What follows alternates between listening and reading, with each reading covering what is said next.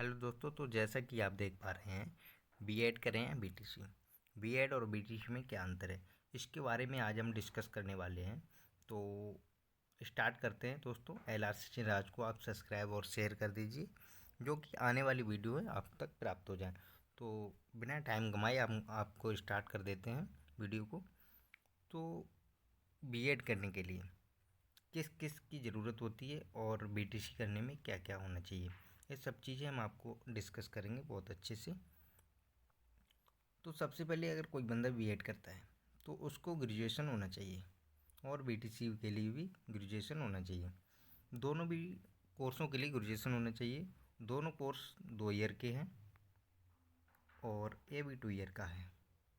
BTC और BEd दोनों course 2 year के हैं। अब दिक्कत क्या आती है, अब बात करते हैं हम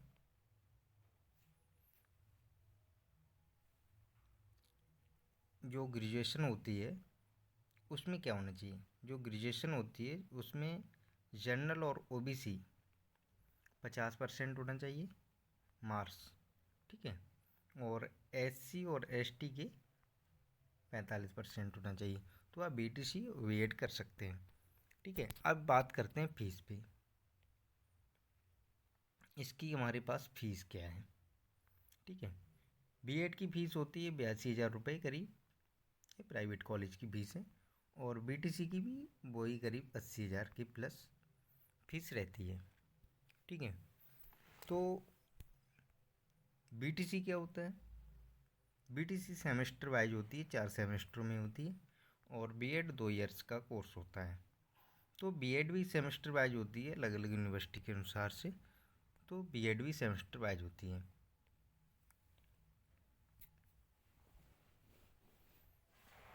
तो अब बात करते हैं सीटों पे। तो बीएड की जो सीटें रहती हैं, बीएड की जो सीटें हैं आपकी 2.25 लाख, ठीक है। ये टोटल सीटें होती हैं। और बीटीसी की बात करें तो बीटीसी की भी 2.15 लाख सीटें होती हैं, ठीक है। तो और इसमें क्या होता है, बीएड में 10,000 सीटें जो होती हैं गवर्नमेंट सीटें होती हैं, बीटीसी में भी 10,000 सीटें गवर्नमेंट होती हैं। तो सीटों के मामले में बराबर रहता है, कोई प्रॉब्लम नहीं है, आप कुछ भी कर सकते हैं, ठीक है। तो अब बात आती है अंक प्राप्ति की। अगर आप बीएड करते हैं तो बीएड में आपका क्या होता है, जैसे कि 80% बने, ठीक है। और उसी प्रकार अगर वो स्टूडेंट अगर बीटीसी करता है तो उसकी 85% बन जाती है।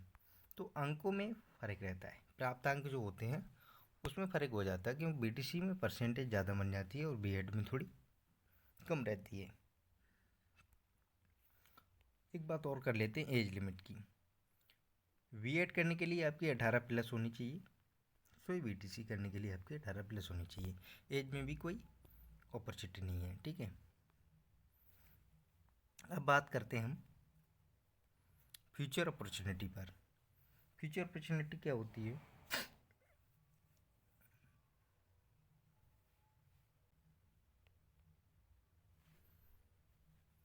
बीएड किया हुआ बंदा आप पीआरटी और जीआरटी, टीजीटी और पीजीटी इन पोस्टों पे काम कर सकता है।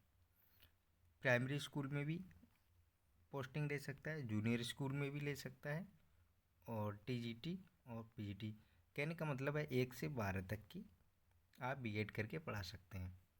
और उधर बात आती है बीटीसी की। बीटीसी में क्या होता है, आप पीआरटी कर सकते हैं और जीआरटी, मतलब प्राइमरी और जूनियर तक ही पढ़ा सकते हैं। तो यहाँ पे आके अलग होता जाके, अब जो बीटीसी कर रहा है, जो बीटीसी कर रहा है उसके लिए और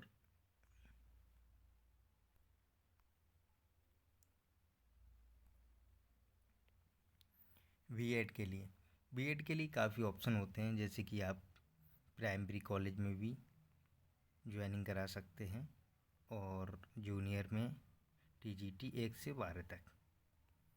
और इसमें क्या होता है, BTC में आप पढ़ा सकते हैं 1 से 8 तक।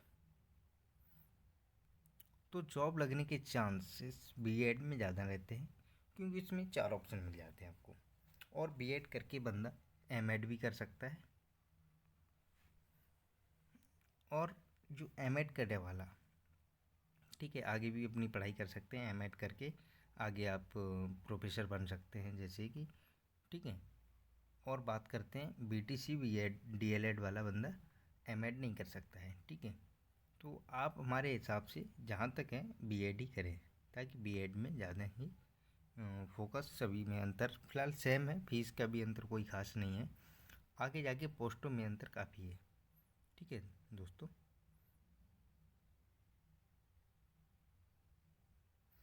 तो कोशिश करता हूँ कि वीडियो आपको समझ में आ गई होगी, और आपको शेयर कर दें और सब्सक्राइब कर दें, ठीक है, हमारे चैनल को।